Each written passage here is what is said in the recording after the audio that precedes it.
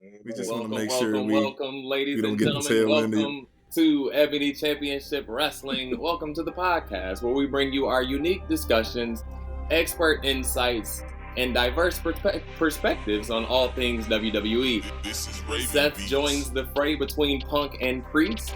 Solo continues to abuse all of Cody's friends. And tonight we're joined by one of the GOATs from the Lipgloss N Ladders podcast. The boys are here, wrestling is still cool, and this is ECW. Let's get it.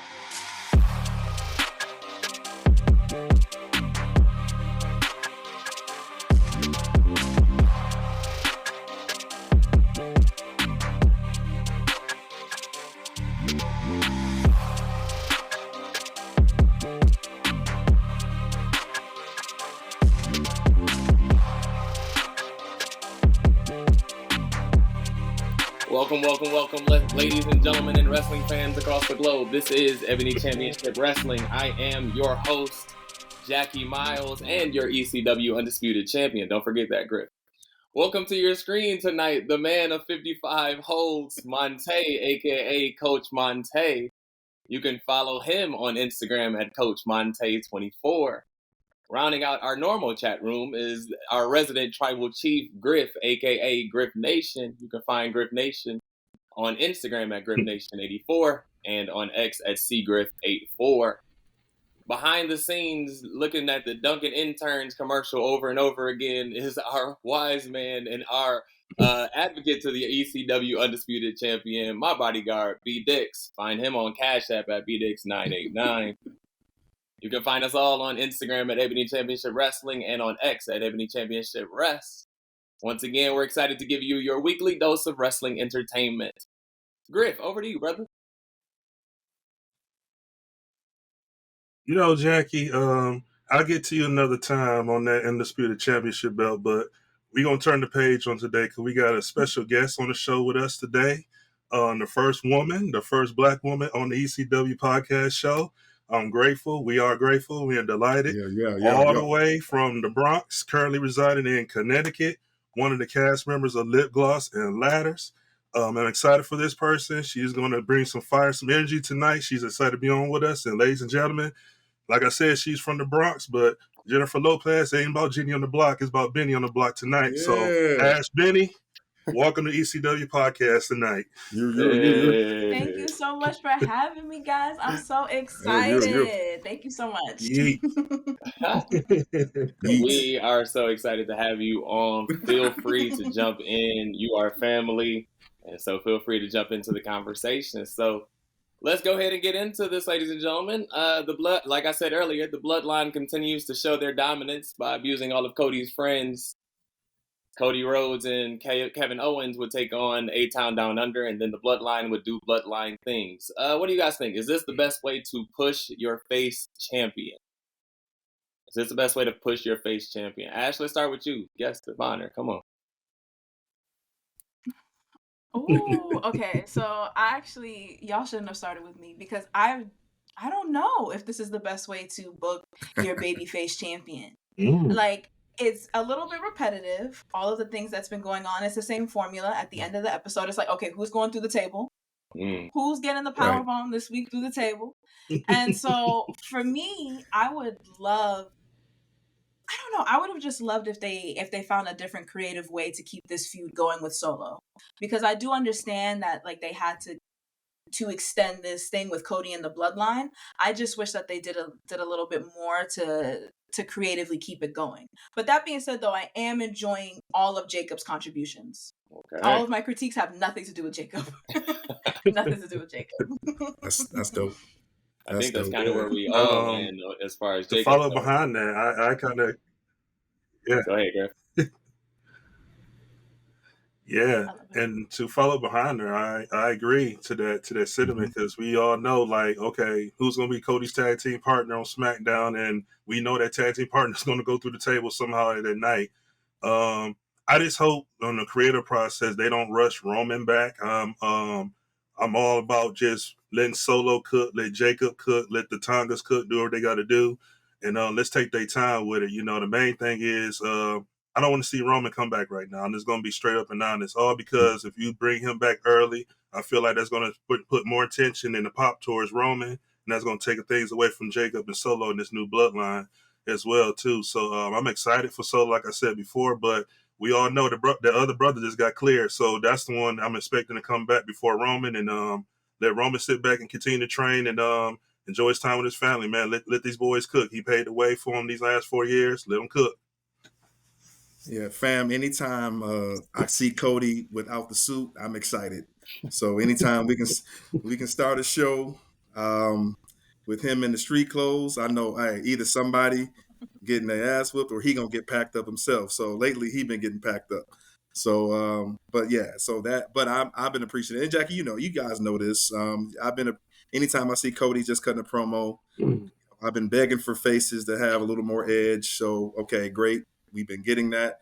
He finally stepped up. But, I'm more so proud of Solo. I agree with you, Griff. The more I think about it, I don't want Roman to come back either because I'm really tired of hearing people talk about Solo not having enough juice, not having enough aura behind him. So I think he's finally coming into his own. He's getting comfortable. He's getting in the lane where he's cutting the promos, where he's finally feeling himself. He really feels that he needs to be the tribal chief. So the only way to get that message across is to keep doing what he's doing. Yes, and Ash, to your point, yeah, it is repetitive. You want to see a little more creative ways of getting it done, but I think this is good to push him, and then obviously get Cody to have a credible adversary going into SummerSlam because there's a lot of people who don't believe he should even be in the match. So I'm actually giving that 4 or 5 stars, 4 stars for what they did this past night. But I'm all for it. But yeah, Griff, the more I think about it, there's Roman's not needed just yet. So what you think, Jackie? Does this make Solo look better in this feud? Does he look good coming out of this over Cody, essentially?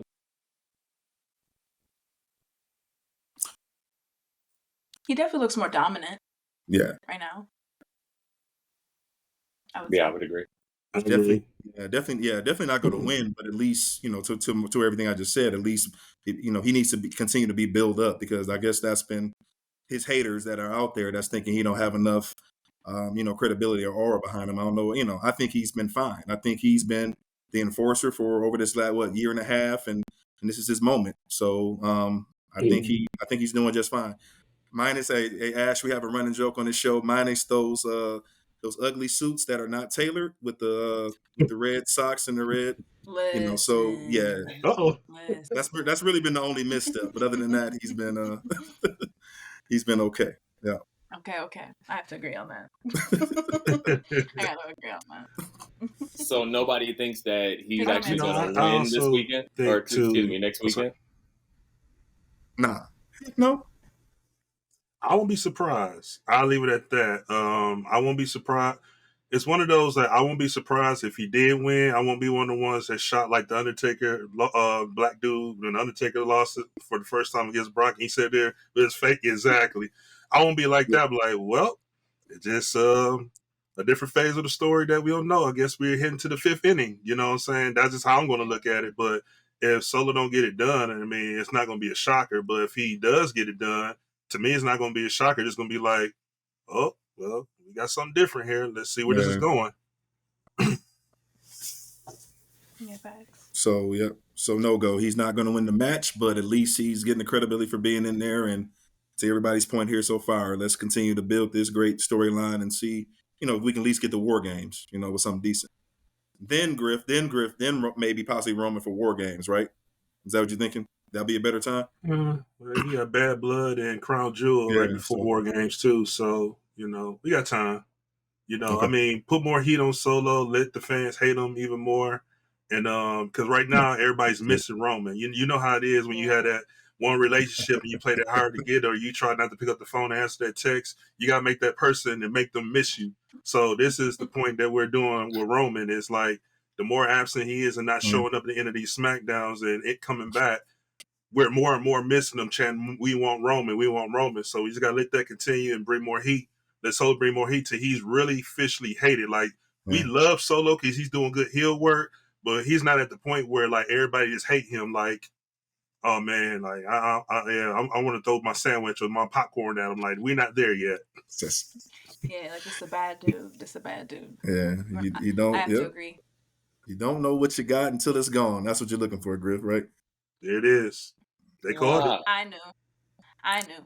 all of y'all Yeah. wanted Roman Oh, yeah. I'm gone. mourned. I'm mourned. I'm mourned. I'm mourned. All of y'all wanted Roman to go. Remember? I'm like, nah, y'all don't get to complain. Yeah, I'm like, Yeah. y'all don't get to complain. Stick to the original script. Ah, All right. Bro. Let's move on to Drew and CM Punk. They get the MC Hammer treatment as CM Punk is finally cleared, but Adam Pearce says can't touch this. And so now they've added Seth Rollins as the guest referee. And does this help an already hot feud? And where do we go from here? Griff, let's start with you, bro. listen, you just add more gasoline to the boiled water on the stove with this one. If you guys remember in time, I'm gonna take you back to SummerSlam '97. That main event was Undertaker and Bret Hart Yep. for the title, and Shawn Michaels was the special referee. And if y'all remember what happened at the end of that match, Shawn Michaels took the chair, was going after Bret, and after Bret, and Bret ducked and hit Taker. And I think this is a scenario that Seth is going to probably be in something similar, but the chair shot not going to be towards Drew.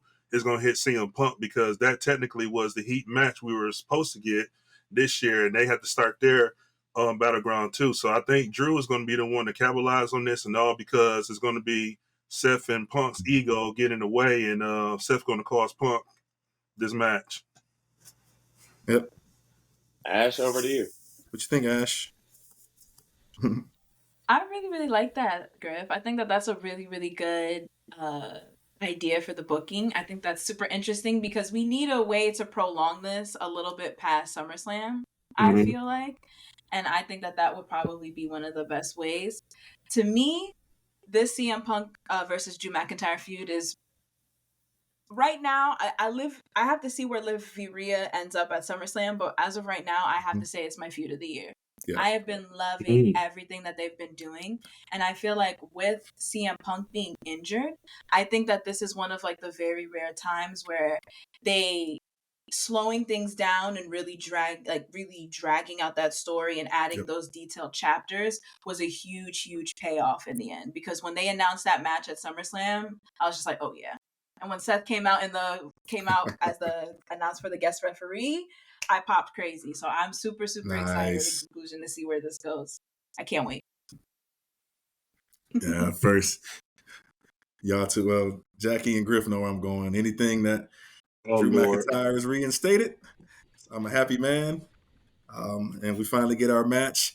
At first, I was like, get Seth out of here. I don't want Seth involved in this match, but I keep forgetting they got to find a way to keep the moneymaker involved, even if he's not wrestling. So keep him on the show. I guess I'm fine with it to this capacity. But yeah, that's immediately as soon as I heard that rumor, Griff, to your point, I thought SummerSlam 97. They're going to, hey, I can't wait for this Raw. They're going to set the rules out. They're going to set all the stipulations and basically for Seth to get involved somehow. But I do believe that this is necessary. This is, to your point, Ash, we said it on here every week. It is our feud of the year. So we agree with you there. But we are, I'm definitely looking forward to seeing the next chapter. I'm cool with it. I know it's going to be some shenanigans anyway. We deserve more than just a straight dull match. I mean, just a match. There has to be some spice involved. It is SummerSlam. So I'm looking forward to Drew coming out of round 1 of 3. I'm predicting. And obviously to get Punk and Rollins moving, toward their feud. But I'm thinking maybe 3 matches. But at least coming out of this, they have a few ready to go with Punk and Rollins, because I believe that's where the true money is going to be made, because that's the true hatred right there. Because we know how the way Seth Rollins truly feels about CM Punk. So but I'm cool with it. At first I was like, man, here we go again. But he gets on my nerves. He gets on my nerves at times. But hey, it is what it is.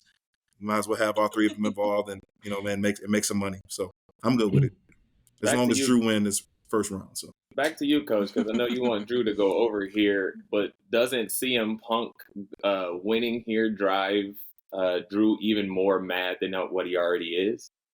You know what I'm saying? So now, like, he's being pushed even further. I'm thinking that if it was just going to be a one-on-one, Jackie, then Punk definitely can go over there. But now that Rollins is involved, my mind was going to a place where, okay, this is where the real heat is, and everything that Griff just said, I was thinking about that. Every time you hear a guest referee involved in this scenario with three guys that don't like each other, you think about Michaels taking the chair to the taker's head. So in this case, what's going to be used for Rollins to take out Punk in this regard, right? So that's where my mind was thinking. I was automatically thinking it was going to be between Punk and Rollins. So, yeah. Just thought I'd ask. And good question. And just mind y'all too, the aftermath after the chair shot, that was the Taker and Shawn Michaels feud that led to the Hell in a Cell in '97 and the debut of Kane later that night. So we could be seeing the Triple H and Shawn Michaels behind the scenes booking in this match and kind of low key repeating itself like it did 27 years ago now, if I remember doing my math correctly. 27 years ago. That's a long time. Yeah. Wow. Y'all old. That's cool though. We telling our age. Right, y'all old. Okay, let's move on to Booty Shorts Heaven. Liv Morgan is sent away by by young Dominic. And I have a question for each of you, because I have to ask you this. Did we technically forget that Rhea is the heel in this feud and not the face? No. I haven't. No. Rhea's not the heel, bro. That's done. Absolutely. Rhea's the ultimate babyface. That's done. No. Can you say that after last night? That she's the babyface, Rhea? Oh, good question, Ash. Or that's Monday you, night, Griff. What? Listen. I'm calling you to the dance floor. Right. Let's go. Let's tango. Hey, Cupid Shuffle. No. No, I mean, here's why I say Rhea is like the ultimate babyface in this one, all because even though Rhea was legitimately the heel, technically she was a fan favorite as the heel because of this situation of her getting injured, her getting away the belt, and then really losing it in the ring like it should. She's coming back to, especially with this whole Dom and Liv thing, she's coming back as the ultimate babyface. It's hard for others to grasp on that, but if you really look at it, Liv is slightly turning that corner. I have a high expectation of Liv. Just like give me that dog heel. Like even last night, like come on, like Ash, let's just keep it real. Y'all know Liv. I mean, nobody said this on the internet. Everybody was talking about the booty shorts and the angles of her, the booty hanging out. Right. We saw that, but nobody's not calling out the fact she was fake crying. Like if you can look right through that. This is all a setup in the game. Dom is finna switch and turn that corner and drop mommy, and that's gonna catch everybody off guard. Liv, come on now. Like, you think Liv gonna cry? That's gonna be motivation for her to come harder and harder, because now the story is, oh, my heart is broken. Liv is the Harley Quinn to the Joker. She finna come through with some tricks and trade, and now this is the part of Liv that I've been waiting for, and now that she just gotta perform it and get it done. Now the moment happened. Your heart got broken. You fake cried, and we know what's up your sleeve. You got some tricks up your sleeve. Let's see what them tricks is, and let's see how much heat this is going to be. Because once Dom make that change and go towards Liv, they're both going to have heat. And now you thought the boos that Dom was getting, Liv going to start getting them boos next. Oh, yeah. For sure. I definitely, so for me, I agree. Like, I think that what happened once the swap happened and everybody found out that Rhea had to drop the title, everybody was like, oh, like the Liv Morgan revenge tour, like, boo, like, actually, like, on second thought, don't get your lick back. Like, how could you do that? So everybody was very upset. So I think that's what kind of gave her that easy foot in the door to be a heel, to make that turn. But I really do think that Dominic is the ultimate pawn in this. I think that it's all an act. I think that what Dominic said last night was a bloody lie. And I think that Liv Morgan knows that. And I think that at SummerSlam, he's going to show his true colors, and Rhea is going to get her heart broken in the absolute worst way. The absolute worst way. I'm thinking Finn is in on it too. I think Finn is in on it too. Because if you remember, he left. He was like, oh, I got to go do something real quick. Leaves. Liv immediately comes around the corner. It's like, this is all going according to their plan. This is all going according to their plan. So that's where I'm at with it right now. You thought it too. Hey, the boys know I say it every week. Hey, who the one with the key? Finn still got the hotel room key in his pocket. Right. No, but no, Jackie, your first question. He's up. Yeah, Jackie, your first question. She's a baby face on the website now on WWE.com now. So just where the story is, going, and she's coming back to all pop now. So it's all cheers. So yeah, it's tough for her to go back. But I know you always playing devil's advocate, but no, she brought him out there. She wanted to come out. Hey, I want you to profess your love for me. Like, show where your loyalty is. Put him on the spot. But I'm with Griff and I'm with Ash. So, hey, that fool was lying through his teeth. We all know it's for the setup, and I think that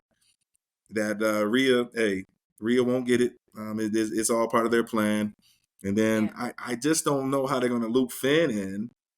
That's the key. So I think maybe y'all let me know what y'all think about this. Do y'all see a scenario where if Liv and Dom get together?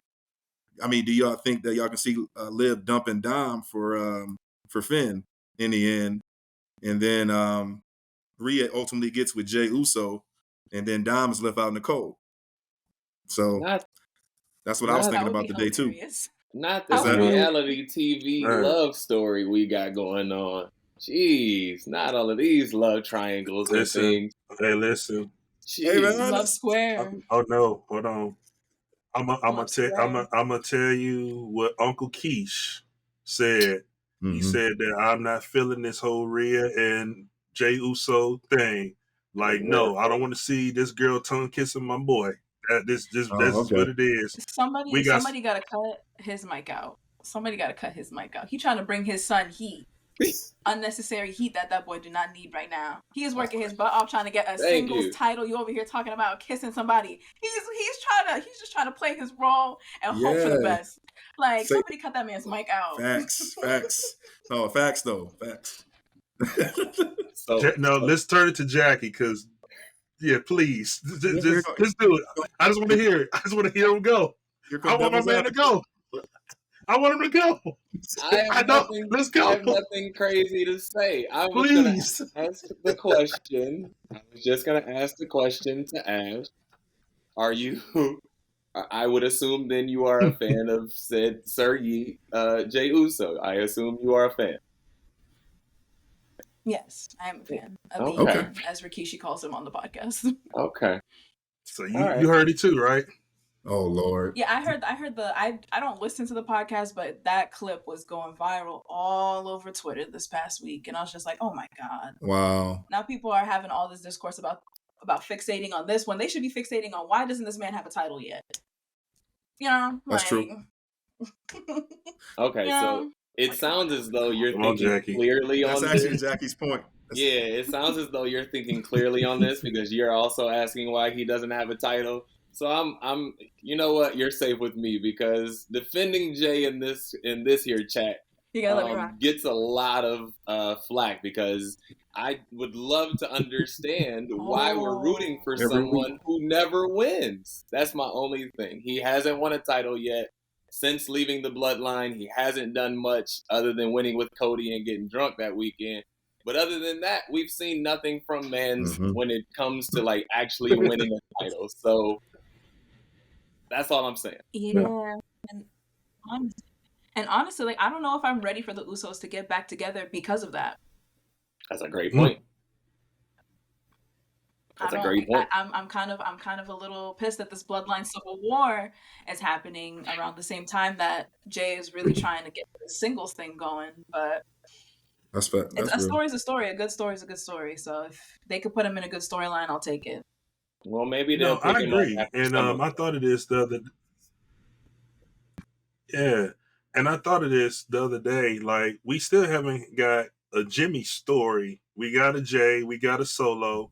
We really got nothing with Jimmy. We just got Jimmy being the clown, being the comedian as normally do, just interfering and taking the bumps and bruises for Roman and everybody else. But we never got his side too. So to your point, Ash, I'm not ready for the Usos to come together right away. I do know it's going to come, but not right now. All because I think it'll be fair to see what we can do with Jimmy as well. And I know definitely like he got some payback for Tonga and Solo for taking them out too. So looking forward for that too. Then maybe when they get close to that, then they can find a way to merge. Because at the end of the day, all the bloodline except for Jay is on SmackDown. So they got to figure out how we gonna get Jay to cross back over there to make that work out. Yeah, I low-key thought that it was Friday. I low-key thought that it was this past week's episode of SmackDown, the special guest. I low-key thought that it was going to be Jay. So when it was KO, I was kind of like, okay. Yeah. Okay. I can take it. Well, yeah, you got to remember, Ash, you got to take turns getting packed up. Yeah, so thanks. yeah, they got Cody got to have nobody left on his island. Yeah, they got to take Nobody they got left to take on his turns getting island. packed up. It was Randy last week, so you knew it was going to be KO eventually. Once his mind was all good and he was ready to be back in there, you got to come take this ass whooping for this week, because that's going to keep heat on them. But yeah, but no, Jimmy will be the catalyst of everything. Jimmy and Roman together will be the catalyst of that storyline forging forward, because I believe you will see the serious side of Jimmy, and you will get more layers to his story, because the way Solo took them out. So yeah, he's gonna have revenge, and then I see him getting busy on the mic too, coming for him. So that'll be exciting. Yeah, for sure. All right, Damien Priest and Gunther exchange blows. No words this week. No street rat references on this side. Question: does Damien Priest actually have a chance to win this week? I mean, this next week. Does he actually have a chance? Coach, let's start with you, bro. Let's go over there.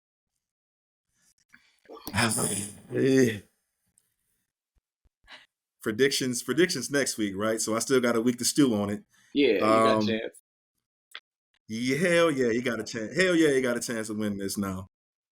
This feud has actually become unpredictable, and that's because of the writing. Because finally, as I said last week, thank God you finally cut a promo that actually moved me, and I got excited. So, because now we know your story. We know, like, okay, I can actually root for you for this match and this match only. I know, Jackie, you're a heavy Gunther fan, but your boy Gunther is out here acting real foolish right now within these heel ways, and he is talking cash like he's never been talked to before. So I honestly think when the heels start talking, Griff, this over the course of wrestling history, when the heels talk like that, they're going to lose. So that's kind of why I'm I don't know. But kudos, shout out to creative for making this unpredictable to where, hey, for that fan who was on the fence about Damien, like they really been questioning his title run. It's been kind of a snooze fest. As we mentioned last week, Bailey's snooze fest title reign and Damien snooze fest title reign. I believe that this feud can actually help him, and especially the way they handled business last night. I'm actually excited and intrigued now to see this match. But yeah, he had to answer your question. Yes, he sure does have a chance. Ash, go. I gotta agree with you, Coach. Just because they went so hard between this week and last week with like just coming at Damien's story. And on top of that, we have the WWE 24 documentary coming out where Damien Priest is going to be the focus. So I know a lot of people are going to go into SummerSlam knowing Damien Priest's story. And I feel like a lot of people, because of that, are going to be like, I hope he wins. You know, like he's such a good guy. Like I really, really believe in him and his story. So I hope that he takes it home tonight. So because of that kind of like underdog feeling, I do think that the potential to swerve us could be really, really good.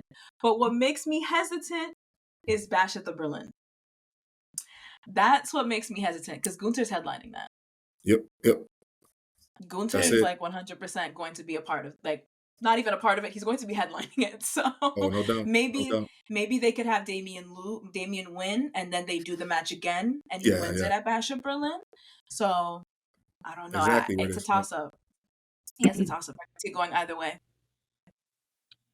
To answer Jackie's question, yes, Damien really has a strong chance. I got a stronger chance right now over Gunther in this one. To Coach's point, yeah, this is very unpredictable because, like I alluded to last week, you have two heels that's in a match, and I know Dame is getting a lot of babyface reaction, but he's still technically a heel. So you got two heels kind of main eventing this. And another thing, y'all, like, let's just keep it real. Gunther don't know much about Puerto Rican style fighting. Now I'm just gonna put that out there because the Puerto Rican people and culture is gonna be out heavy in Cleveland to back up Dane. So I really think Dane has the stronger shot as of right now. But we still got another episode of Raw unless Gunther show me something different. But right now I got Dane just slightly over Gunther at the moment. I'm with you, Ash. The whole Bash at the Berlin thing throws everything off, right? Like, the storyline that you're saying about Damien sounds great, and it's the perfect thing you should be saying about a face that's going to win and move on. So I think he does have a shot from that standpoint. But then when you think about what's next and what's to come, and you have a guy like Gunther to carry that whole PLE by himself, essentially, I think you gotta hand it over to him. Like Bad Bunny and Damien and Selena carried it in Puerto Rico. You gotta hand the ball off to Gunther when it goes over to Berlin. So it's been a great summer of All Rise for Judgment Day, but I think now we need to get back to business and give it over to the man that matters. At least in my head. Is Gunther still on my fantasy team? You know what? Probably, bro. Probably. You know what? If not, you can have him. You can have him. hey, that might change my whole pick. Ash, if you didn't know, we play fantasy points over here, so we have drafted some teams. Oh, nice. And the winner is the ECW champion. We'll let Griff explain that to you at another time, but we'll let him tell you all about that one. All right, I got an ECW briefcase to cash in. I got a year to do it, so it's right down here by my foot. So I'll be seeing my brothers real soon. So I hope they watching. I hope he watching his back. I'm prepared. I'm prepared. Man. No worries. Man. I'm prepared. He's prepared, bro. That money in the bank.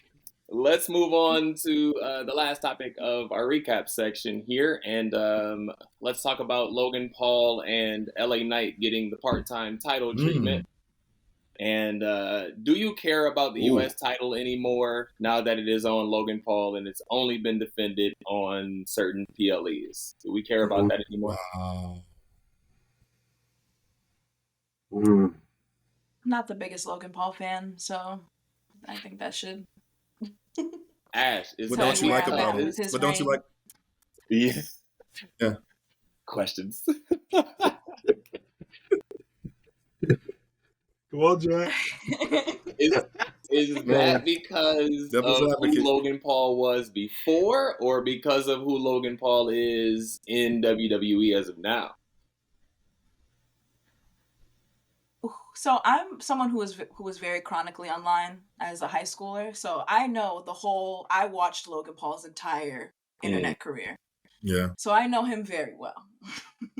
Like when they said that he's not going to Japan due to scheduling issues, I was like, yeah, okay, girl. Yeah. Yeah. Sure. Yeah, that makes sense. Okay. That's Okay. fact. That's facts. Okay. Right. But has he not So, made you a fan he's an from the interesting book. wrestling side? Here's the thing, though. He is a fantastic wrestler. His promo is amazing. Like, I honestly was very excited to see his promo battle against LA Knight because I thought that they could go a little toe-to-toe. He was kind of pulling LA Knight's wig a little. I was like, LA Knight, fight back. Like, fight back. Like, oh my God. No, that's- Like, it was getting bad. It was getting bad for him. So, he's good at what he does. I can't deny that. He's good at the whole entire wrestling aspect. So, Well, I'm glad you said that because I wait for this moment because, Logan Paul KO'd him on the promo last Friday for sure. I got no hate against LA Knight. I just not an LA Knight guy. This can go back all the way to last year. You was at SummerSlam just like I was. I felt like there were matches robbed from SummerSlam just to create a battle royal just for him to get over because he didn't get the Money in the Bank last year. And then I think he was highly pushed by the fans because they was always screaming his name versus being deserved and worked his way up. And now after Roman punished him at Crown Jewel last year, he started deflating, going down. So for this match at SummerSlam, I'm not really too thrilled and excited. I don't care who win at this point now. But yeah, like Logan's in-ring work is great, but to answer Jackie's question about the U.S. title, it's been boring because he had for almost a year and only defended it, 2 or 3 times. He defended at the Rumble at KO, defended it with KO and Randy at Mania, and I think it was one other time. No, he didn't defend against Cody because Cody defended his belt. So I think he had 2 or 3 defenses since he had it for a whole year. So yeah, it's absolutely boring. Like, if we gonna make this prestigious and make this enchanting, he still can do other things. He got Prime, he got business. He ain't going nowhere. You know what I'm saying? But get the belt off of him and put on somebody that's going credible. I just hate it's gonna be LA Knight. I don't want to be LA Knight, but hey, it is what it is. But I'm not the biggest LA Knight guy. And Logan Paul did cook him on that mic last week. hard to watch. Yeah. Hard to see. Yeah. Being the first thing, he's definitely the Rock knockoff. But I was shocked that he got drug on the mic because he usually holds his own. I mean, that's what he's known for.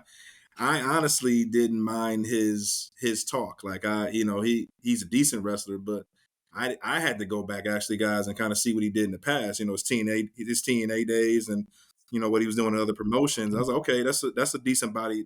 I think I told y'all, Jackie, I was like, all right, I'm cool with them, because the body of work is there. But yeah, I do believe, to Logan's, to this point, I've been the biggest Logan fan.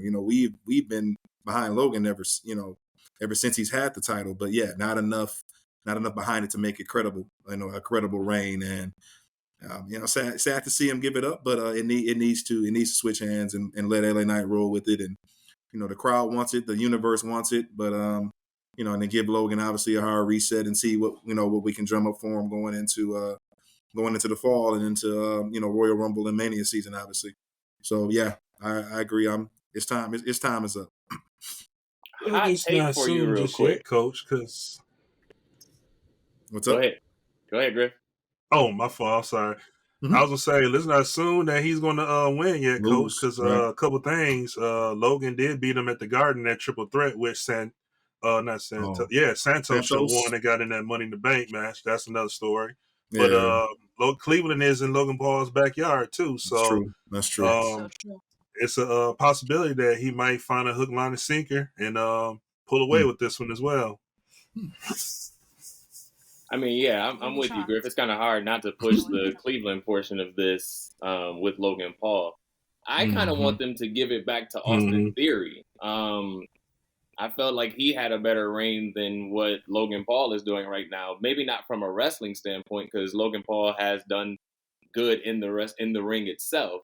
But Austin Theory at least was some type of entertainment with it, even if it was just, him being an asshole at times, right? So I would rather it be somebody that's on the show. Those mid-card titles have to be on the show because your top titles aren't. And if we're not going to have the top titles on the show, then what are we actually doing over on SmackDown? over on SmackDown, you end up getting Bayley, Nia Jax, and Tiffany Stratton, which is entertaining in its own right, but you could add a second feud to that by adding the U.S. title actually back onto the show. And now that I've brought up those three, we got a via satellite promo from them. Are we entertained by this feud yet? Ooh. Or is it still just starting to get going?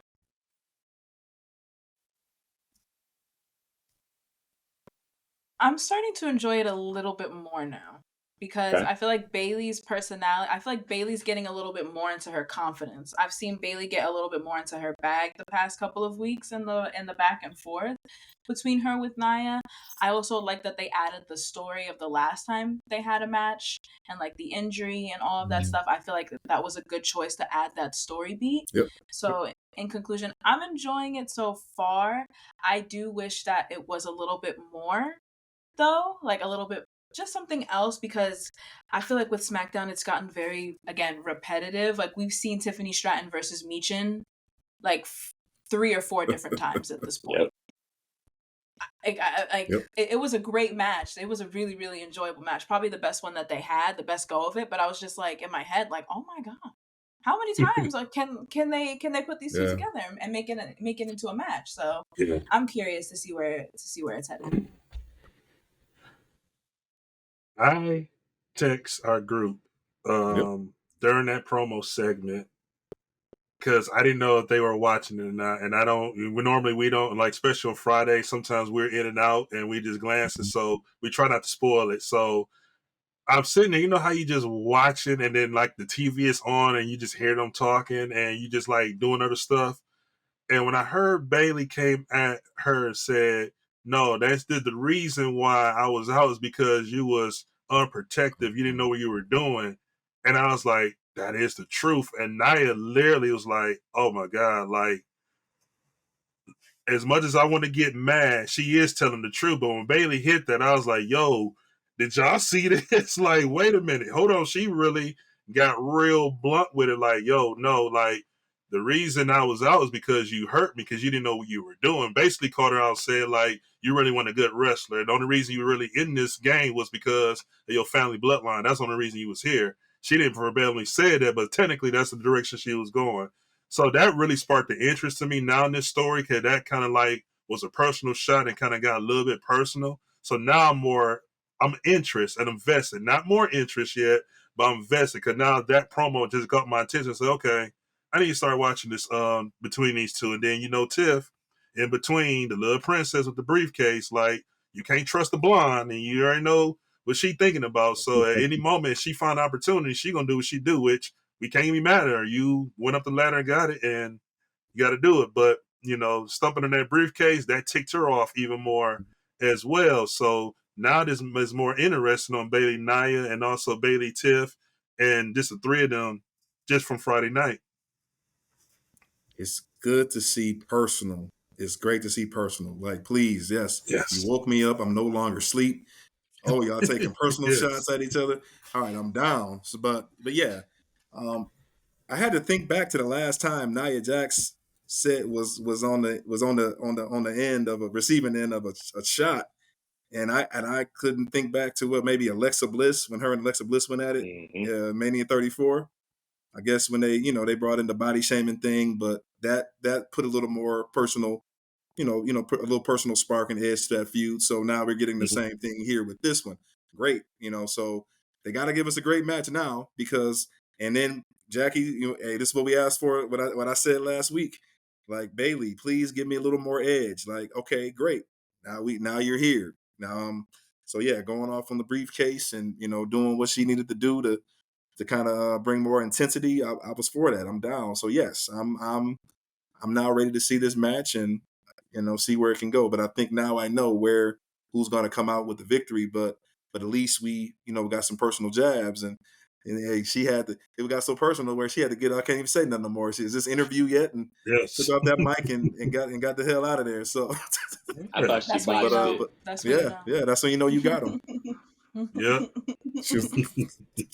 I thought she messed it up. I'm not gonna lie. That needs to be done.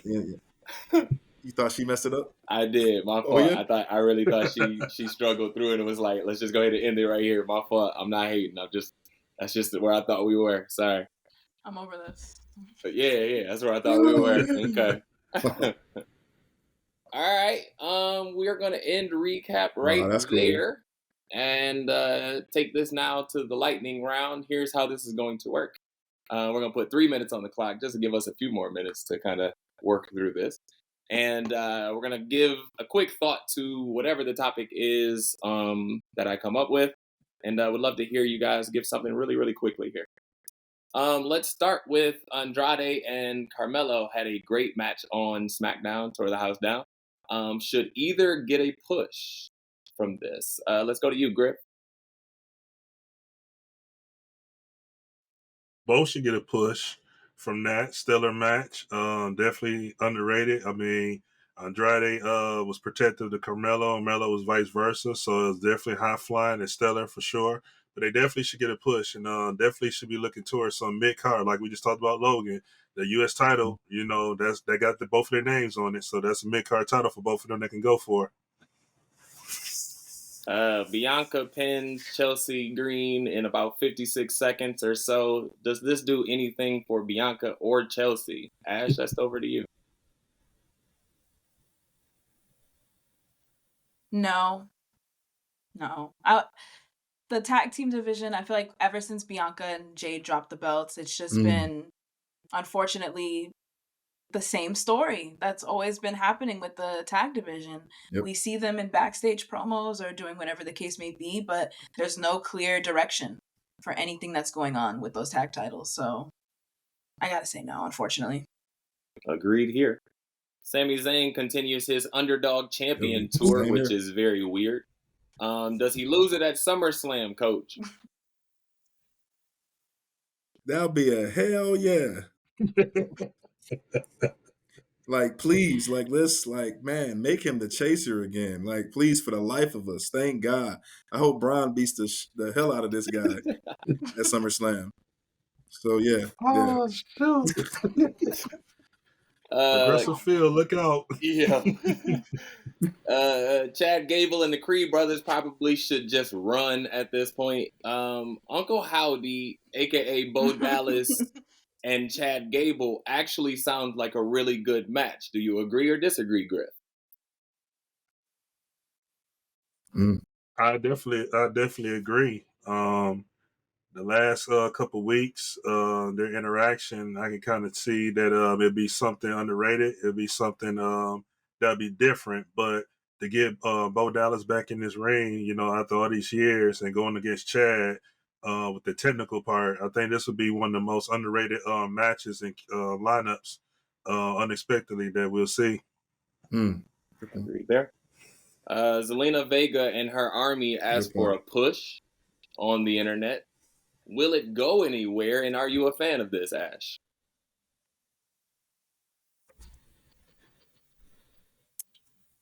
I gotta say, I just don't think that it's the right timing, unfortunately. Because unless they add like maybe like a mid-card belt, because in theory, Bayley's busy. And Liv Morgan is extremely busy. So I really don't know where they would be able to fit her having a title reign or holding the belt. Maybe like another stint. I feel like honestly Zelina maybe doing like a stint down in NXT could do wonders for her, because she has that personality to where I feel like she could fit really, really well down there as well. I would actually be here for that. Interesting. Take it for Roxanne. Tiffany Stratton is now 100% getting a brand new briefcase, and I believe it's 1,000% going to be pink. How long does she hold on to it, Coach? She needs to hold on to this, I would say, probably going. It shouldn't be a year long, you know, like Damien Priest, but at least, you know, the next few months or so. I would say I would give her to at least Survivor Series season, maybe going before we get into, you know, 2025. But I'll give her a few months, because you got to obviously, depending on how the way, I don't expect her, definitely, she's not going to cash in at SummerSlam. But I do expect definitely not Bash of Berlin, but let's look at possibly Bad Blood after. Who knows? Bailey and Nia Jax might have another at that last match there. Mhm. I can see her capitalizing there. But yeah, at least a couple. Give her 2 to 3 months. It's gonna happen. But she doesn't need to hold on to it long because she's too big of a star. Yeah, That's real. And I will be pre-ordering that briefcase. yeah, that's real. Ultra trust. Give me. Yep. Sonya Deville and the Stud Line look to take over a Raw. Is this what we wanted from Damage Control, Griff? I'm sorry. Y'all know I'm stupid. I'm sorry. Dude, here you go. Oh, man. Yo, That's a good stop the clock. Stop the clock. Hey, wait. Hold on, I need a laugh break. I How came out much of time nowhere. do we get tonight, bro? Because Listen, you got Bro, 3 minutes, bro. 'cause Come you on. I told my boss. Hey, wait. I told my boss what you said last week, bro, about LWO. Hey, the So he lesbian went in world there and order is watched it. taking over, bro. Here we are, bro. The lesbian world order is taking over everything on Raw. Here we are.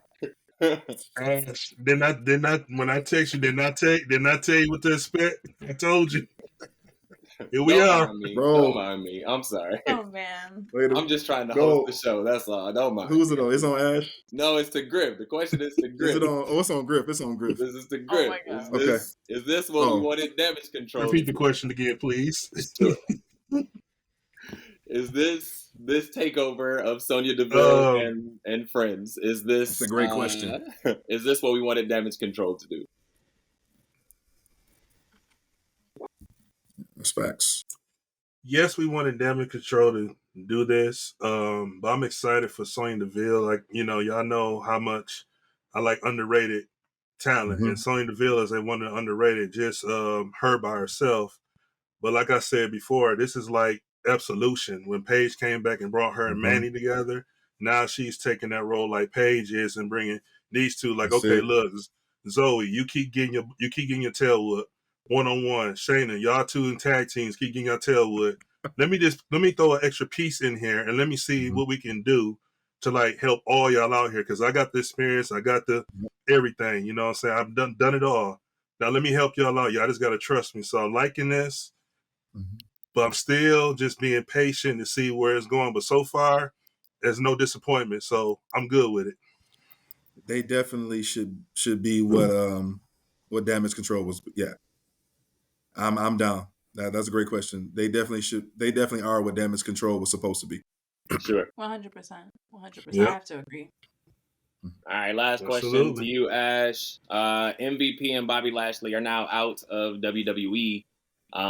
This question isn't necessarily about them, but what's next for Omos? Ooh, great You question. gave me the hardest question. 'Cause I really do not know. Because here's the thing. Like, how they're booking Obafemi on NXT, in theory, is like how Omos should be booked. Like, Yeah. very, Mhm. very menacing, imposing, intimidating, and consistent.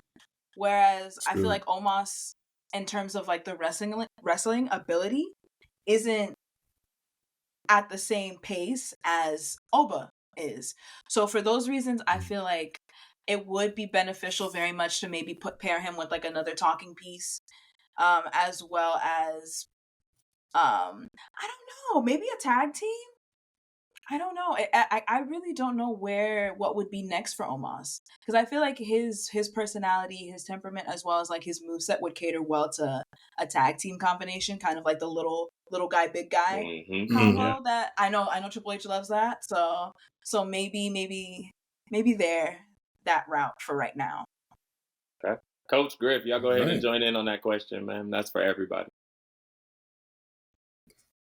Ooh, Go ahead, Coach.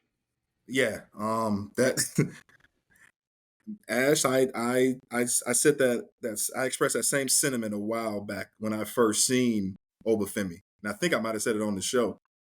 Where is this with Omos? But the thing is, To answer your question, Jackie, I don't know what they're going to do with him because he can't do live shows. I hope he doesn't get released because he's a great, he's a great talent. I hope he doesn't need to be released. But I mean, a shout out to his. I know his social media. What he's doing on YouTube right now is his channel is thriving, right? So I mean, they don't need to release him and let him go to that. He still can. He still has some things to prove in the ring with the right mouthpiece. But now that MVP, that mouthpiece is gone, it's gonna be tough, man. And I just don't see, not unless they can get somebody else to come in there to help him out. But I don't know. Yeah, I think he can't come up to the main roster. They don't have any story for him. But yeah, I think without that Obafemi treatment, the Ashes point, we've all been saying he's lost in obscurity, and that's sad. It's Brock Lesnar fought from WrestleMania last year. Ever since that match, Omos has pretty much been down. Omos been involved in a lot of live events and house shows, like squash matches, like with Tozawa, or like scrubs, or like just what you call that, locals, for some reason, just for entertainment purposes. But like Ash point, that was a great perspective because I didn't think of it that way too. Just the push and booking of Obafemi on NXT, why we're not getting that same thing with Omos, which, Raw is a 3-hour show where the NXT is a 2-hour show. So time can't be an excuse for it because you got plenty of time there. It's just, what is the issue and why? It might be something. I mean, this is like I don't know, but I've been seeing like a different struggle or challenge they be having when it comes to booking African American talent like that. You know what I'm saying? We just seen Lashley with the Street Profits, and all of a sudden here come the news broke, and Street Profits are still doing the same thing they're doing in 2018 when they left NXT. You know what I'm saying? So they're still struggling trying to get WWE gold, but yeah, but to that, man, I don't know where Omos will really go from here, man. I mean, I think he can do his own thing. You don't need a mouthpiece, but I think he's much stronger when he has a mouthpiece that's talking for him, and he just do all the action and beating himself. Yeah, he did well, obviously, with AJ Styles when they were together a couple years back. With the start of MVP, him and MVP together, it should have led us to what would have been the Hurt Business, or the newer Hurt Business, under Triple H. Omos is definitely a Vince McMahon type guy. Like, he's big for no reason, can't really move, so he's he's a Vince McMahon guy. So I don't know how well he does under Triple H. But then that leads me to kind of our question of the night, and we'll go here instead of where I just told you we were going, Coach. But this kind of leads me to our question of the night, is like, under Triple H, are Black wrestlers actually suffering? Are we doing well, other than Cody Rhodes? Because I know BDixx is going to say Cody Rhodes is Black. But the other Black wrestlers, are we suffering under Triple H's reign? I'm going to open that up, and y'all answer as you see fit. Wow. Man. So I don't think so on NXT.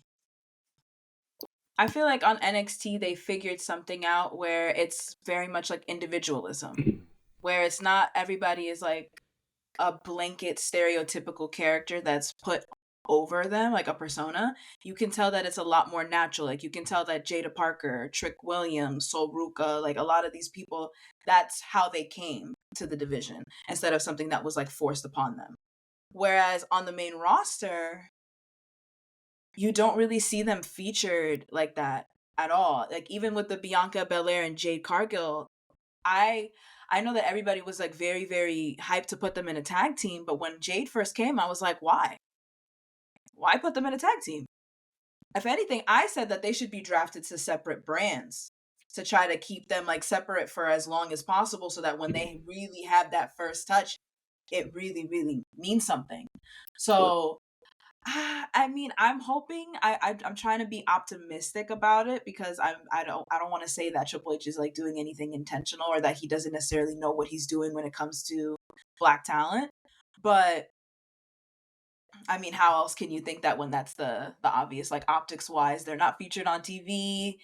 They're kind of all put together in certain like factions or tag teams. Like, I don't know what to do. Put them in a group together. That's kind of what it That's kind of what it gives, unfortunately, sometimes, especially when the Street Profits, Bobby Lashley, B-Fab, when they all kind of came together. It didn't really give a direction. It didn't have any direction. They weren't even formally named until WrestleMania, this past WrestleMania. It was just very, very start-stop strange to me. So, in conclusion, I think that there is a little validity into he doesn't necessarily know what he's doing when it comes to black talent, unfortunately. Boys, before you jump in, let me ask this question to you, Ash. I'm sorry, Griff. You said that NXT is doing better. Is technically Shawn Michaels has his hands on NXT. Shawn Michaels. Yeah. So he's going to do, Shawn Michaels is into Sexy Red, so it's going to look a little different down there. So from a main roster standpoint, he's got his ear to the streets. Okay, there you go. So, like, to your point, right? Like, he understands what's necessary at the time. You do got an eye going looking in other directions too. Griff. Damn, Griff. All right.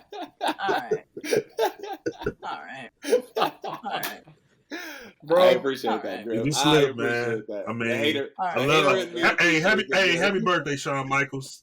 Happy birthday, Heartbreak Kid. We love you. Okay, I'm sorry. Go ahead and jump in, boys, as you see fit. No. I had this conversation today with my boss. It's crazy. He said it, and this is a white guy. He says, dude, he said, Bobby Lashley is leaving. Like, this is one of the best talents. He can't lose him. So he's coming from a standpoint like, why? And this is a white guy saying, like, and I said, hey, Triple H is not Vince. And I said his name. I'm sorry. It's not Vince, but he's at this point he making me believe that he's damn sure close. You know what I'm saying? To from a creative, his creative mind, is there, but he does not know how to properly feature the African American male wrestler. Maybe I think he's still trying to figure it out with Bianca and Jade. But to your point, great point. Should have been separated, but okay, we'll forgive that mistake. We just like seeing him on TV, so all was forgiven there. But he has failed in the area of featuring the African American male wrestler, in the spotlight up to this point. And hey, I know, that's his father-in-law. I hope he didn't inherit none of that stuff. And I know he's not racist. I know he's not. I know he ain't. I don't want to speak that, but like to this point in his year or so being behind all the controls, his prime opportunity and as me and the fellas, we've stewed over this since Christmas. And I'm not sure when you started watching this, but I think we had like about 2 months straight of us talking about, the Street Profits and, what the hell were they doing? Because that was a great moment that they missed. Yeah. That had a chance to be one of the most epic black stories in WWE history up to that point. Nothing since the Nation of Domination and all of that, back in the day. But at least that could have been, that could have been something refreshing they could have brought more of us back to the product. Just like you came to the product 5 years ago as a black woman, that definitely could have got all of us blacks to that product, seeing those men being pushed like that in that light. And the wise man made a great point. Hey, these dudes clean up well. They projecting the male black image, the way a black man should carry himself. They bring all of that, and Triple H missed that. And so that's got us thinking like, hey, maybe they didn't want to tread lightly. I know for a fact they might be thinking sponsors. They're thinking image. I know for a fact they're thinking that because he's so corporate now. He doesn't want to flirt with it. That's my gut. I think the key word that I was going to use, and you said it like 3 times, Coach, was miss the mark, right? I don't think it's like he doesn't know what he's doing or know what to do to fit it in. He keep missing the mark. And here's what I mean by that. Y'all alluded to Shawn on NXT and Triple H. Shawn has always been the guy where go out there and try it. Like, if y'all remember, Shawn can get in the ring with any low-class Stevie Richard, uncensored, Jeff Hardy, Matt Hardy, whatever, single, and make them look good. You see what he did with Shelton Benjamin. Shelton Benjamin really came that guy after that Sweet Chin Music off that rope. back in the day. Yep. I say that to say Bruce Pritchard is not next to Shawn Michaels behind the curtain, but he's next to Triple H on Raw and SmackDown. Oh. That's the difference, right? I'm going to give y'all a good example. I got pissed off today. I'm going to tell you why I got pissed off today. I watched NXT before I logged in, and I saw Jakara and Lash call out Isla Dawn and the tag champions. Alba Fire. Alba Fire.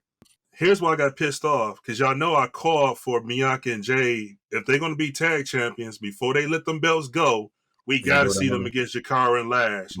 Whether it's SmackDown or NXT, we got to see before they drop it, right? Here's why I got pissed off. Sonya Deville and Zoe and them called them out on Monday. The tag champions out on Monday. Lash and them called them out tonight. They apparently supposed to see Bianca and Jade and give an answer to the tag championship. So now I'm confused. What are we doing here? Are we kayfabing and what? So now we getting called out for NXT next week, Monday Right and Raw next week, and then we got Friday this week.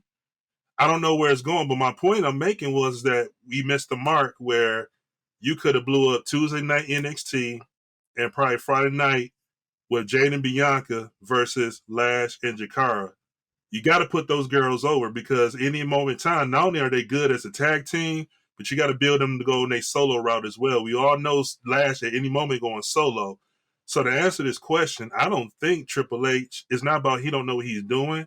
I think they keep missing the mark because you got an old school Vince McMahon brother love guy and Bruce Pritchard next to him behind that curtain, where Shawn Michaels, he got a whole fresh young team over there that's saying, hey, try them out. If they don't work, they back in the gym 8 o'clock in the morning getting reps in. You know what I'm saying? We're just not going to put them on TV for a while. Then we put them on there. Because down in NXT, if you mess up, they got promo classes. They got this and like that. They don't got that on the main roster. So I think that's the difference when it comes to booking. That's why we see Obu and we see Trick and we see Carmelo before he went. We see a lot of the black wrestlers getting the time because you have younger people around Sean that's saying, yo, you got a soccer player in Jada Park over here. You know what I'm saying? You got a volleyball player and Izzy Dame over here. You know what I'm saying? Like, you got some athletes, bro.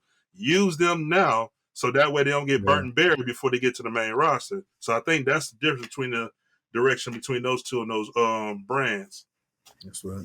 I know how much I like to play devil's advocate, so I have to flip this to the other side. How much does the actual person play into their booking, right? How much does Bobby Lashley's lack of mic skills play into his booking? How much does the Street Profits' lack of being able to turn fully heel, like how much does that play into it? We always say Triple H's regime, and we blame Triple H for a lot of different things. One, it's not all Triple H. Obviously, he has a team. And then two, like, it's really hard to get somebody over who doesn't want to get themselves over, is what I want to say. So, like, how much does the black wrestler play into their own booking in this? Montez Ford is a star. Angelo Dawkins is riding the coattail. But if those brothers had the right material and was on the right show, I think if they were on Monday Night Raw and actually had material and actually went out there and worked on being a heel, it could have been done under some proper guidance to, like, hey, be an asshole in this situation. Montez Ford has the ability to be an asshole. I know that for a fact. It's just maybe the material, the writing, it just wasn't brought out. But to your point, yes, it's a lot to do with it, but those characters that I'm specifically talking about could have and should have done it better. And Bobby Lashley, yes, terrible on the mic, but Bobby Lashley's career has been, think about it, where's Leo Rush when you need him, right? Where's all his mouthpieces? Where all the people that used to work with him, right? Leo Rush was the best thing Leo Rush was the best thing that happened to Bobby Lashley. I absolutely love that. Y'all remember that? Hey, I love Leo Rush with Bobby. So I think having Montez and B-Fab should have been their mouthpieces talking that shit, and they missed it. They missed a boat on a heel black faction, and it could have been even better than our boys with with MVP and what's the name? What's the name of that? Business. Yes, the Hurt Business. It could have been Hurt even better than the Hurt Business because of the talent the talent level. I do, but yeah, Cedric. Sure. No shade to Cedric Alexander, no shade to Sheldon Benjamin, but I just think that with adding BFAB in that mix, with the profits and with what they originally could have done out the gate with that, had it been pushed right back in that day or last year, yeah, they'll have belts on them by now if it was done right. But yes, it does have a lot to do with who you are as a person. Yeah, but I mean, I'm just answering your question, Jackie. Yeah, it does have a lot. It does have a lot to do with who you are. You know, who you are as a wrestler, and are you finding yourself in your gimmick. But yeah, I guess the theme of the night has been missing the mark. So missed opportunity. Yeah, for sure. Any other thoughts here? I don't want to cut anybody off. Y'all know me. You want to go, Ash? Yeah. I mean, I gotta Yep. Go ahead. Yeah, go ahead, Ash. You good? I got to agree, because at the end of the day, it's all about perspective, and there's like a whole bunch of different things and equations happening at the same time. Do I think that the Pride could have been a really, really huge top heel faction for the company? Yes. And I Yep. do have to agree that they did 100% miss the mark. I actually, like what I initially said, I actually want to like fine tune that to be more in line with what you said, Griff, because I do agree it's missing the mark. It's not necessarily like not knowing what to do. I think it's that they don't even realize that the opportunity is being presented, because they have older people in the back who aren't even looking at those type of things, unfortunately. Yeah. Yeah. That's true. We all saw a big example early this year.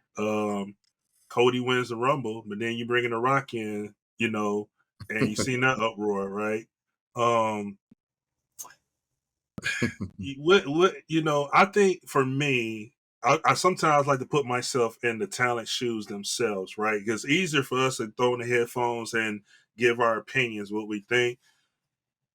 For my test and a lot of guys, what I noticed, just in my opinion, not saying this is factual, but in my opinion, I think a lot of them are afraid to go heel, all because the reputation that they built, their character that they are, but more importantly, I think even on Montay's side, not saying this is true and all, I think he's afraid to go heel, all because he doesn't want that tension that he's going to get as a heel to go towards Bianca and his wife. You know what I'm saying? I can see it from that perspective.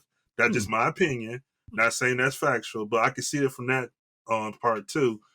But for me, if I was the person that got Triple H, that's my boss, who's very open minded, I'm gonna say, hey man, listen, let's just try this one thing.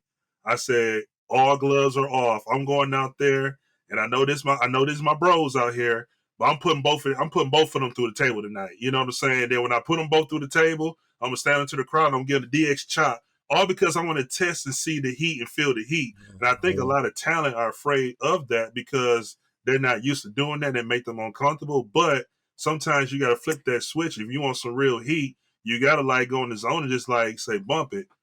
Look what Jacob did. You know what I'm saying? Like Jacob came through and just went buck wild. You know what I'm saying? Like he just like bumped this stuff. Like I don't care if I break a rib or break a neck. Like I'm finna make a statement tonight. Yeah. And when he made that statement, look at the heat that he got. You know what I'm saying? So, and I think a lot of guys are afraid to go that route, all because they never been there, but they also trying to protect their best interests and not worry about what, kind of worry about what the people will think of them afterward. That's just my thought. But they made Good the stuff. attempt to go, you know what I mean? They made the attempt to go heel somewhere in there. Let me ask this question. How do we feel about the Creed brothers right now? Mm-hmm. The Creed brothers just attacked Otis and Tozawa, right? They just attacked Otis and Tozawa. 2 weeks ago, we probably were rooting for the Creed brothers to do something, face-wise. But now they're heels because they've attacked whomever, right? And it's like, that's all that the Street Profits needed to do in order to get across the hump. They needed to attack somebody. And I said that from day one. And because they were just coming out and saying, oh, we're heel now, it doesn't work like that. You actually need to do something in order for people to start to dislike you. So I think you're right, guys. They've missed the mark on a few things, a few opportunities. Also, it's like the booking could have been so much better. And it's like, things could have turned very, very quickly for the Street Profits. And I know we're going back to this sad space in our head when we're having this discussion, guys. But because it's only because we want them to do better. We want them to actually, succeed. So I really wish that they would get it together with the black talent, whomever it may be. Carmelo is still on the main roster. Who else is up there? Hello, you got the Profits, Jay, Bianca, Jay, B-Fab. Okay, all right. So even hopefully, B-Fab need to be used more. Yeah. So hopefully down the stretch here after SummerSlam, we start to see a little bit different of a push. I don't know who you're going after. Who are you saying, Griff? No, B-Fab. I've been behind B-Fab for a minute. Especially when Shanti got a release. Not Shanti. I can't think of the other dude. Yeah, Top Dollar got released. Top Dollar. He put out a long tweet. I'll never forget. Like the day after he got released, it's like, yo, don't worry about me. I just hope y'all really use Shanti and B-Fab, because B-Fab got a mouth and she got a mouthpiece. Mm-hmm. If y'all use her right, you can make her a star. Like, she can become a star instantly if you use her. You know what I'm saying? Like, only time we seen her was the match with Scarlett at Mania when they went through the table. And then I think one time she was in the Rumble. And as soon as she got in the ring, she was tossed over the ring. So we really don't see much of her, you know what I'm saying? But she's another one that, hey, let's quit missing the mark. Like, and I kind of like how some of them are going to NXT. And I think that might be the next good thing for Zelina to probably go down and do something different as well, too. Because Zelina, for her size, is totally underrated. She's been in the game for years. And just because, you got Rhea and all these top stars here, it's hard for her to, get to that championship and get that championship run. So, yeah, mid-card title or going down that. But, yeah, B-Fab is like one on my, like, chopping list. Like, I want to see her get going, and they need to get her going. Don't forget, we still got Apollo Crews, y'all, the man that survived. So, yes, survive all the yeah. Isn't he missing an eye or something? Isn't he? True. Wasn't he like blind on NXT at one point? All right. Hopefully he gets it right too. You're right. I loved his like Dear Diary journal when he would like sit in the diner and just like write in his journal. Man was in the bathtub like Rev Run. I was with it. Sorry. Oh, you forgot? I ain't know about that. It was good, Ash. I'll give it to you. It was good, but it was. This man was always reflecting. Yeah. Seti in NXT now, Alexander. Yeah. More talent. Well, hopefully they all figure it out. Hopefully they get a push sometime soon. Yeah. All right, let's go ahead and end this show. Ash, whenever we have somebody on the show, we always like to get to know you as a wrestling fan. So we're going to throw it over to Coach, and he's going to take you through a game of this or that.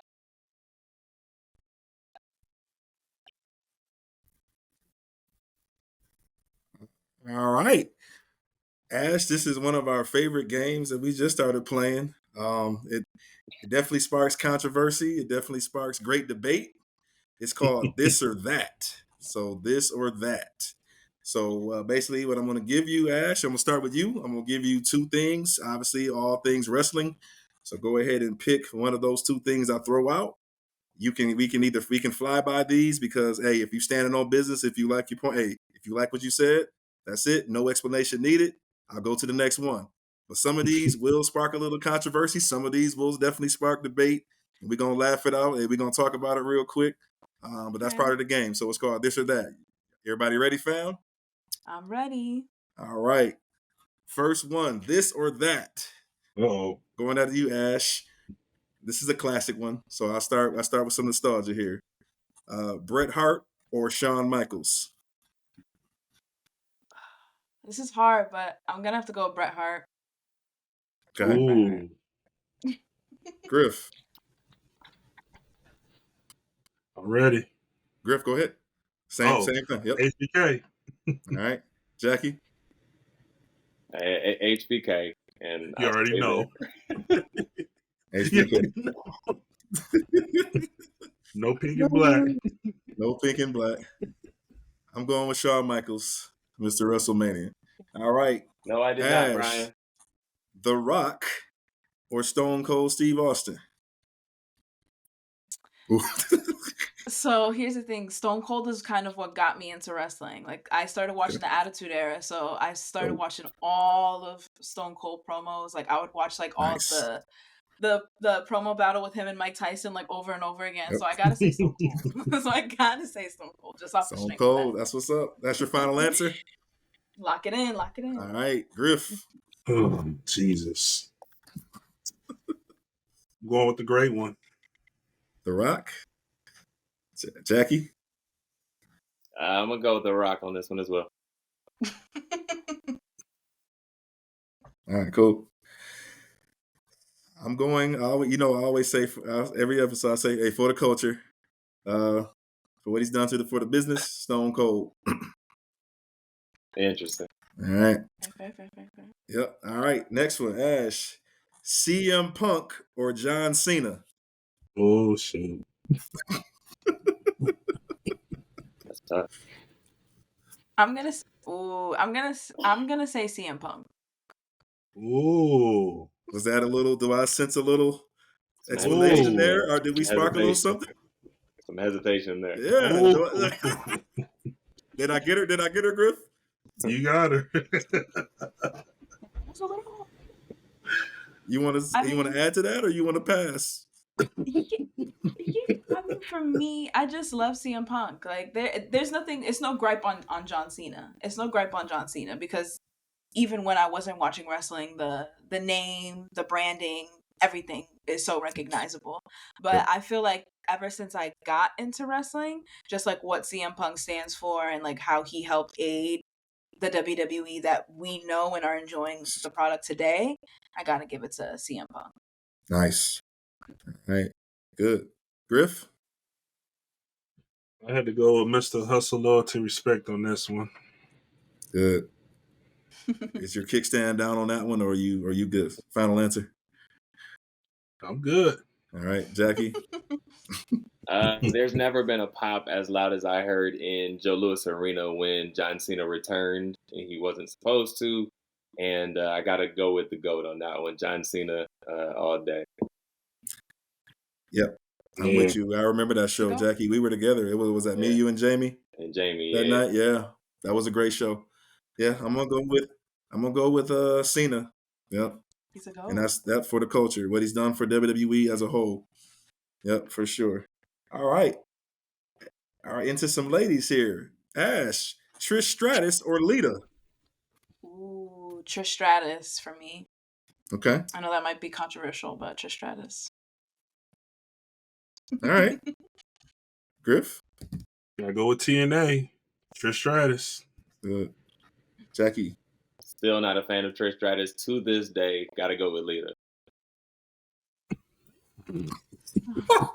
OD. Explain. Controversy. I just was never a fan, bro. Lita had the flip. Lita had the thong out. How can I not be a fan? You know what I'm saying? So, Lita all day. She catered to your demo. Thank you. Yes, Ash. Yes, she did. Thank you. Yes, she did. Yes. Okay. All right. Hey, after the work she just put in with this heel run with Becky, man, I'm going with Trish. Yeah, I love her. Yep. That was a great run for her. Thank you with Becky. I like this one. Hey, Griff, I got this one. I thought about you when I made this one, Griff. Uh-oh. Bianca Belair or Jesus. Rhea Ripley? EST. Ash looks like, This one is hard just because the past year, but I gotta go with Bianca Belair. It's gotta be Bianca Belair. Yep. Good answer.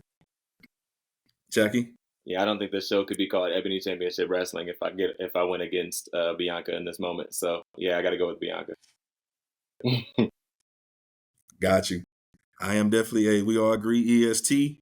This one, I can't wait for that match. I got Bianca taking care of Rhea for sure. So, all right. Yep. Ash, this is for you. Liv Morgan or Zelina Vega? Liv Morgan. What? Liv Morgan.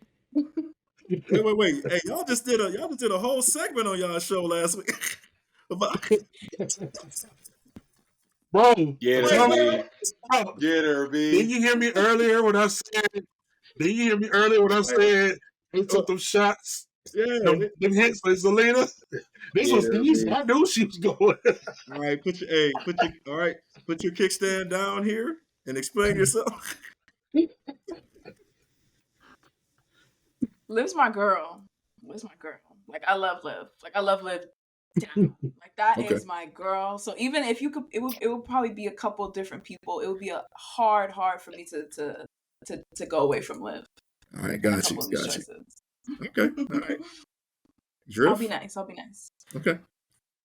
Hey, I love Liv too, but y'all know I'm a big Zelina fan, and finally getting to meet her this year, and she shared a few of my posts on her story. Yeah, that's unanimously Zelina, but no shade on Liv. I love Liv too, but when it comes to this one, I definitely gotta go to Zelina because my girl, she needs a run, and I'm waiting for this run to come for her. Got you. Jackie? Are we referring to the ring or the booty shorts? Because I need to know the topic just to make sure. Booty shorts, I'm probably thinking you're going to go with, yeah, I know who you're going with on the booty shorts tip, but. Okay, but I'm Zelina all day. Let's just, overall, overall. I'm Zelina all day. Okay, there we go. Got you. There we go. There we go. I am, in this case, I am with Jackie. I am Zelina because I know Did you give up, the Queen of the Ring. I know, the past work. Oh man! Oh, all right, Wiseman jumped in. I'm wondering. All right, little tag team nostalgia here. Tag team nostalgia: Hardy Boys, or the Dudley Boys? Hardys. Ash. I gotta go with the Hardys. I love the Hardys. All right. Griff. Coach, this is a tough one, but because I got a lot of love for my boy Devon and the way Bubba Ray has been going in on the Busted Open podcast, I'm going with the Dudleys. All right. What you thinking? Yeah, I got to go with the Jackie? Hardys on this one. I just feel like the longevity that they've had, and I know the Dudleys have had their longevity as well, but the Hardys have been doing it since 16 in WWE. So I got to go with the Hardys on this one. Got you. All right, I'm going with the Hardys as well. Yep. All right. Faction discussion. Oh, Lord. The Shield or the Wyatt family?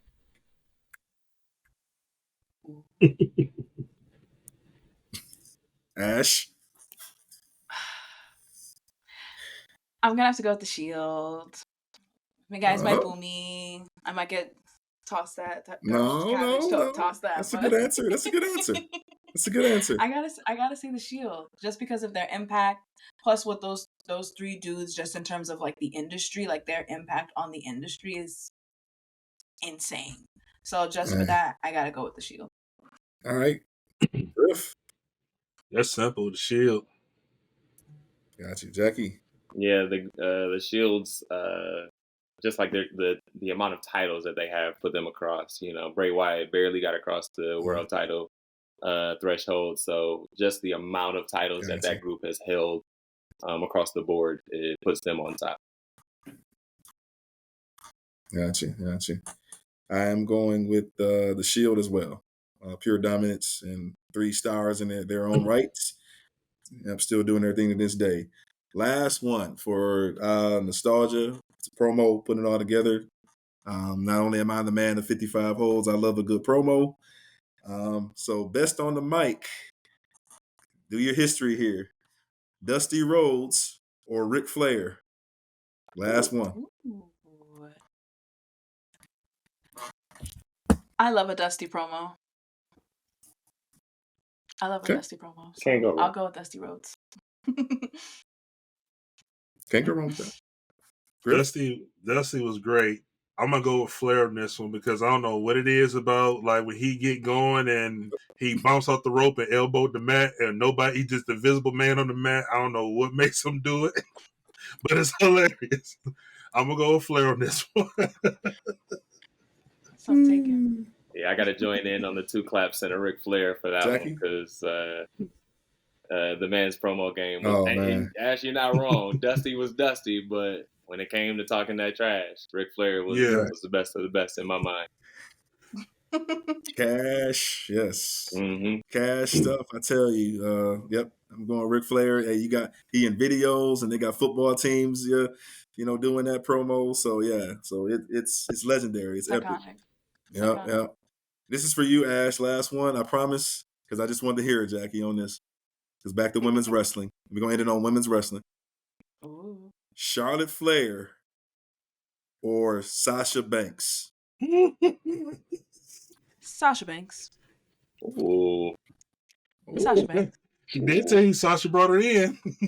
That's true. Sasha Banks. Oh, okay. Quick too. Sasha Banks. Quick with that answer. All right. Okay. That's my fave. All right. That's my fave. In terms of like a promo, Charlotte may take her. But with that original 2016 feud, man, like you can't write that. When she first won that Raw belt off of her, that feeling when she held that belt up, indescribable. Nice.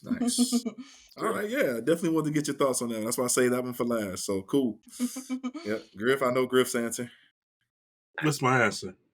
What? You said Charlotte last time, didn't you? Yeah, we all said Queen. Still Charlotte. Yeah. You're all the queen. Yeah. Jackie, yeah, we're all the Queen. Yeah. We met her in Orlando, Florida, WrestleMania 33. We love the Queen. Yeah. We love the Queen. We love it's Queen country. It's Queen country over here. But for me, when I watch like a Sasha or Mercedes match, like there's nobody, like she was the first person where I watched the match and I was like, oh my gosh. Oh, like that was the first time I got that. I got that feeling. That's good. It's good. It's a little biased. Hey. It's a little biased for those reasons. So, hey Ash, I know Coach said this was the last one. This is gonna be real brief, but I have to ask you this one. This is for you only because I was waiting to see if Coach was gonna ask you this, but I'm gonna go ahead and take it since he didn't. Kalani Jordan, Jada Parker. Oh. That's really hard for me because I'm an NXT girl. Like NXT is like my favorite wrestling program. Like I watch it every week. So I would have to say Jada. In terms of wrestling, Kaylani, 100,000%. But Jada that has that it factor. She is a undeniable star. Like even when she's in the ring and she's still very much green, she looks like she's been here before. You know, like she looks like this isn't her first rodeo, and I think that's the key to making it super far in this business is just act like you've been here before. You know? Yep. Got you. You know, faking it to make it. So I gotta have to go with Jada. Of the two, she looks like she's figured it out the quickest. You know, like you're right from a wrestling standpoint, but when it comes to the all-encompassing character, she's figured it out the quickest. 100%. 100%. And you can like put her against anybody. Like the way she fits so well against a main roster talent like Michin, like Mia Yim, that's you can't teach that. You can't it's you can't teach that. You either have it or you don't. So shout out to Jada Parker.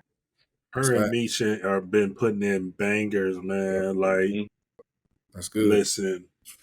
I need one more. I need one more between the two, low key. Yeah. They banging. Well, all right, Coach. Appreciate thank you for playing. Yeah. Yeah, thank you for appreciate you. Yeah, Coach. We appreciate you and learning more about your wrestling mind. And of course, we appreciate you for joining the show tonight. You are indeed family, so feel free to come back any and every time you are ready to join us. We like to do a thing where we tell the folks where they can find us on social media. So let the people know where they can find you, Ash. So you can find me on Instagram at @Ash_Benny, or if you want a little bit more wrestling content, you can find me at my personal wrestling page, Benny's Block _. And then I do have my Lipgloss N Ladders account with my girls. So if you want to catch me weekly with the girls on our podcast, it is Check at 'em out. Lipgloss N Ladders on Instagram as well. All right, we Check 'em appreciate out. you. Griff, let the people know where they can find you, bro. Hey. And you can find me on Instagram at GriffNation84 and also on X, formerly known as Twitter, at CGriff84. Coach, how about you? All right. You can find me on You can find me on Instagram at Coach Montay 24. Yep. So continue to come in, hit that like button, subscribe, and continue to support the ECW family. And and of course, go over and check our girls out as well. Good to have you tonight. For sure. You can follow me on Instagram and Twitter at JackieMiles42. Follow BDixx on Cash App at BDixx989. We thank you all for tuning in. We thank you again, Ash, for joining us. Shout out to the Lipsticks and Ladders podcast. Follow them on all the socials. Links are in the comments below. Make sure you follow us all on Instagram at Ebony Championship Wrestling and on X at Ebony Championship Rest. Make sure you like, share, and subscribe to the channel. Hit the bell so you are notified every time the boys hit the screen. This is Ebony Championship Wrestling signing off. But Coach, let them know. We never tapping out. Damn it. Have a good night. Not once. Peace. We'll see y'all next time. Y'all have a great night. Thanks again, Ash. Peace out.